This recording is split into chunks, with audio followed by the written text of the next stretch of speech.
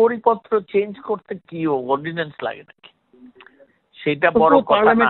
ওরা যেহেতু পার্লামেন্টের কথা বলছে না, আমরা পার্লামেন্ট এখন সেশনে নাই, আমরা অর্ডিন্যান্সটা পার্লামেন্টে নেব, সেই সময় কোর্টে আছে কোর্টে আছে তো। এখন কোর্টে থাকলে কি একটা তাদের সাথে একটা নেগোশিয়েট করার জন্য একটা টিম বানানো হয়েছিল দুপুরবেলা। এখন তো আবার মাননীয় প্রধানমন্ত্রী হার্ড লাইনে চলে গেছে। হ্যালো ভাইজান, আসসালামু আলাইকুম। ওয়ালাইকুম আসসালাম। ভাইজান, আমি আসম ফিরোজ। জি বলেন। ছোট্ট একটু কথা যদি আপনি অন্যভাবে না নেন, এই ব্যাপারে আমরা কি একটা অর্ডিন্যান্সের মাধ্যমে কিছু ব্যাখ্যা দিয়ে এই পরিস্থিতিটাকে কুল করতে পারি? ইফ ইউ নট মাইন্ড, আমার সাজেশনটা লজ্জা দেবেন না আমারে, আমি না বুঝিয়ে কইলাম। যদি একটা অর্ডিন্যান্স, যেহেতু সেকশন নাই, রাষ্ট্রপতি দিয়ে যদি একটা অর্ডিন্যান্সের মাধ্যমে ওরা কি চায় আর আমরা কি দিতে পারি? পরিপত্র চেঞ্জ করতে কি অর্ডিন্যান্স লাগে নাকি?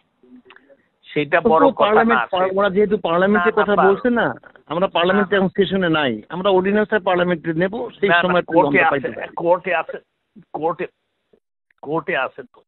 এখন কোর্টে থাকলে কি একটা তাদের সাথে একটা নেগোশিয়েট করার জন্য একটা টিম বানানো হয়েছিল দুপুরবেলা। এখন তো আবার মাননীয় প্রধানমন্ত্রী হার্ড লাইনে চলে গেছে।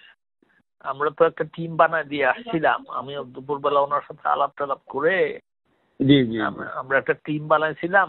সে নানক ভাই, তারপরে কি বলে নফেল আর আরাফাত, তারা তিনজন মিলে ওদের সাথে একটা আলাপ আলোচনা করবে। এখন তো সেটা আবার আমি দেখি, আমি রাত্রে আবার ওনার সাথে কথা বলবো, দেখি। অর্ডিন্যান্সের যে কোনো সুযোগ থাকে আইনত, তাহলে আপনার অর্ডিন্যান্স এখন না, তাইলে আর আপনারা থাকতে পারবেন না। এইসব কথা বললে আপনি না, অর্ডিন্যান্সটা মানে এটা রাষ্ট্রপতি এমার্জেন্সি অর্ডিন্যান্স দিতেই পারে যে কোনো মুহূর্তে। না, এই এখন আর এমার্জেন্সি অর্ডিন্যান্স দেওয়ার প্রয়োজন নাই। আচ্ছা, দেখা যাক না। ঠিক আছে, থ্যাংক ইউ। আমি আপনার কাছে শেয়ার করলাম। থ্যাংক ইউ ভাইয়া, আসসালামু আলাইকুম। সরি, আইনের লোক আপনার সাথে শেয়ার করলাম। সেটা না। জি ঠিক আছে, থ্যাংক ইউ ভাইয়া, আসসালামু আলাইকুম।